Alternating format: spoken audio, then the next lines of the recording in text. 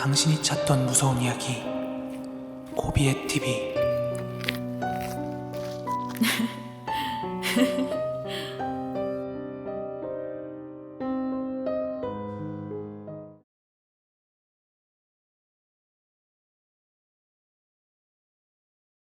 이 이야기는요, 제가 얼마 전에 병원에 입원했을 때 들은 이야기입니다. 벌써 몇 달 전쯤의 일인데 슬슬 바람끝이 차가워지기 시작할 무렵 아침에 일어났는데 몸이 조금 무겁더라고요. 감기 기운이 있나 싶어가지고 일단 가게를 오픈해놓고 오후에 잠깐 짬내서 동네 병원에 갔어요. 그렇게 진료받기 전에 간호사가 열을 재는데 37.8도래요. 그래서 열이 조금 있으니까 뭐 약 먹으면 낫겠지 싶어서 일단 진료를 받았습니다. 그렇게 대충 증상 이야기하고 처방전 받고 약국 가서 약을 지었어요. 한 포 털어놓고 다시 일을 하는데 몸이 좀 이상했어요. 그래서 6시쯤에 가게 문 일찍 닫고 집으로 바로 출발을 했습니다. 차를 몰고 가려고 했는데 그때 컨디션이 너무 많이 떨어져서 지하철 타고 집에 갔죠.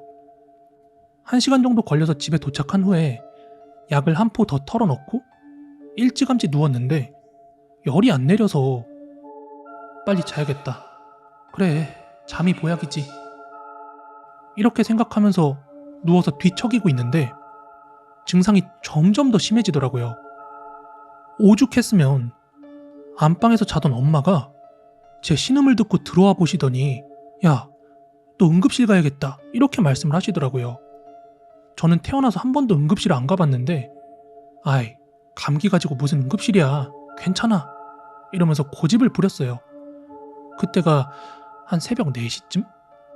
근데 엄마는 제가 하는 말을 듣더니 얘 진짜 병원 가야겠다 이렇게 확신을 했다더라고요. 왜인고 나중에 들어보니까 제가 괜찮다고 하면서 엄마를 쳐다보고 얘기를 하는 게 아니라 침대 옆 화장대 바디로션을 붙들고 말을 했다는 거예요. 또 저는 기억에는 없는데 막 헛소리도 했다고 하더라고요. 막 어릴 때 이야기하면서 엄마, 나 4살 때 기억나? 막 이러면서요. 그거 듣는데 좀 소름이 돋더라고요. 아무튼 옷을 주워 입고 어찌어찌 병원에 도착을 했어요. 증축한 지 얼마 안 된 병원인데 이 대학병원급은 아니더라도 7층짜리 건물에 상당히 크고 홍보도 대대적으로 하는 종합병원이었습니다. 그렇게 응급실에 도착해서 일단 열을 쟀는데 열이 39.7도래요. 그래서 바로 해열제부터 맞았습니다. 해열제 맞으면서 누워있으니까 조금 낫더라고요. 그러다 2시간이 후딱 지나가고 해열제 다 맞고 열을 재보니까 한 38.3도?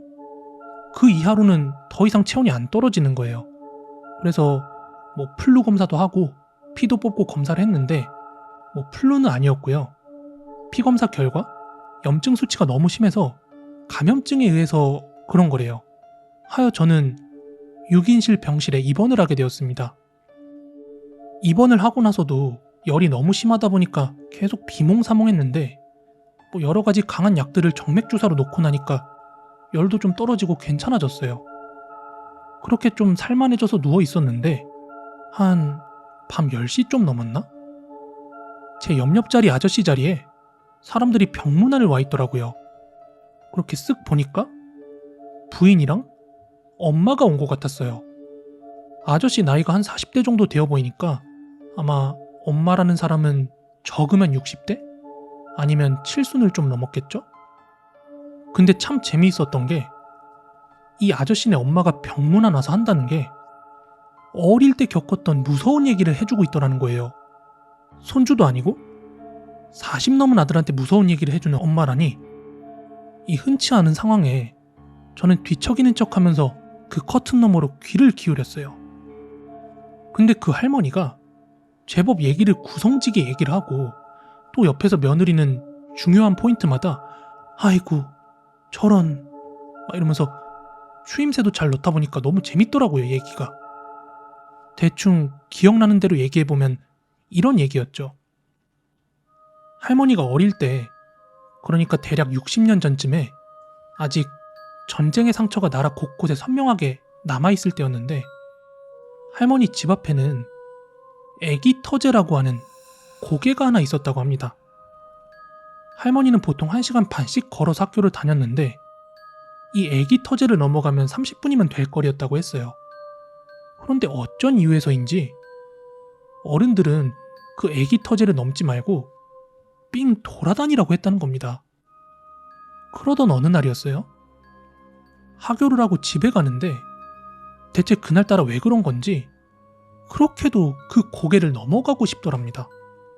그래서 결국 많은 어린아이들이 그렇듯이 생각 없이 그 고개를 넘어가는데 분명히 그 고개에는 아무도 없었는데 마치 귀에다 대고 얘기하는 것처럼 놀자. 나랑 놀자. 이거 우리 엄마가 사준 사탕이다? 눈깔 사탕이다. 이런 또래 아이들의 목소리가 들리더랍니다. 할머니는 점점 무서워져서 걸음을 재촉하는데 그 고개 중턱에 웬 집이 하나 있더래요. 목소리는 거기서 들려오는 거였다고 합니다. 그렇게 할머니께서는 그게 귀신이 아니었다는 걸 깨닫고 고개를 넘어 집까지 천천히 걸어간 거예요.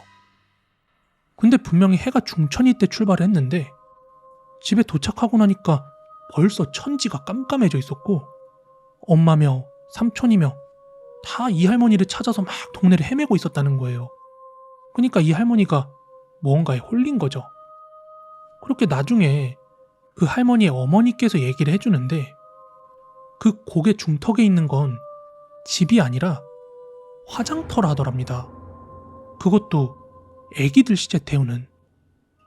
옛날에는 애기들이 어려서 죽으면 무덤이나 봉분을 만들지 않고 태우는 풍습 같은 게 있었다고 하는데 전쟁 전후로는 애들이 오죽 많이 죽었겠냐며 그래서 애들 화장하고 남은 뼈가루도 모아놓고 하는 곳이었는데 엄마들이 얼마나 마음이 아팠겠어요. 애들 보내면서. 그래서 그 죽은 아이들의 엄마들이 마음이 아프니까 종종 거기에 가서 사탕, 약과, 먹을 걸 놓고 가곤 하는 곳이라고 하더랍니다. 이런 흔한 괴담 이야기였고 얘기도 여기서 끝이 났어요. 그런데 진짜 소름이 돋았던 건 바로 그 다음 날이었습니다. 열도 거의 내리고 컨디션도 돌아와서 잉여짓을 하고 있는데 그 아저씨가 갑자기 커튼 사이로 얼굴을 쑥 하고 내밀더니 동충하초 드링크를 권하더라고요. 어머니가 사다 주셨다고. 감사합니다. 잘 먹겠습니다. 이렇게 인사를 했는데 커튼도 걷었겠다? 음료수만 냅다 얻어먹기가 좀 머쓱해가지고 말을 붙였어요. 그렇게 시시한 얘기나 주고받다가 근데 어제 어머니가 오셨더라고요. 근데 제가 일부러는 아니고 얘기 좀 같이 들었습니다. 재밌었어요. 이런 이야기를 하다가 제가 그럼 왜 입원하셨냐고 아저씨는 하고 물어보니까 본인이 당뇨 때문에 발가락을 절단했다고 하는 겁니다. 그래서 제가 아이고 저런 앞으로 조심하셔야겠어요. 사모님도 식단 많이 신경 쓰시겠네요. 이랬더니 그 아저씨께서 하시는 말씀이 아픈 곳을 건드시네. 저 마누라 없어요. 그래서 제가 죄송하다고 어머님이랑 같이 오신 분이 부인인 줄 알았다고 그러면서 아마 누이나 아는 친척분인가 보다 이렇게 얘기를 했더니 갑자기 반정색을 하시면서 어제 어머니 혼자 병문안 오셨는데요? 이러시더라고요. 그러면서 부끄러운 얘기지만 제가 여자복이 없는 건지 7-4년 범띠인데도 아직 미혼입니다. 이러는 거예요. 저 진짜 그 순간 그 섬뜩한 기분을 도저히 설명할 방법이 없습니다. 그럼 할머니가 말씀하실 때 옆에서 어머 세상에 맞지 네네 이렇게 추임새를 넣던 건 누구란 말이지? 근데 곰곰이 다시 생각해보니까 그 목소리는 나이 40 먹은 아저씨의 부인이라기에는 많이 어린 목소리였어요. 거의 20대 초중반의 중성적인 목소리 같은? 그 사실을 알고 나니까 저는 도저히 그 병실에 계속 있을 수가 없었습니다. 의사는 며칠간 경과를 지켜보자고 계속 퇴원을 만류했는데 저는 뿌리치고 그날 오후에 바로 퇴원해버리고 말았습니다. 몇 달이 지난 지금도 가끔씩 생각나는 그 목소리가 너무나 생생해요. 마치 귓전에 대고 말하는 것처럼요.